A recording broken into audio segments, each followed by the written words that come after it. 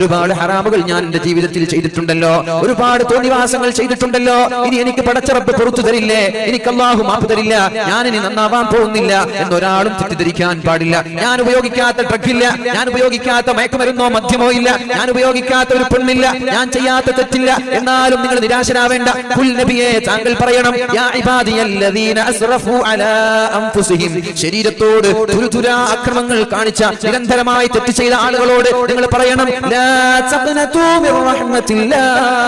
അല്ലാഹുവിന്റെ റഹ്മത്തിൽ നിന്ന് നിങ്ങൾ ഒരിക്കലും നിരാശരാവാൻ പാടില്ല.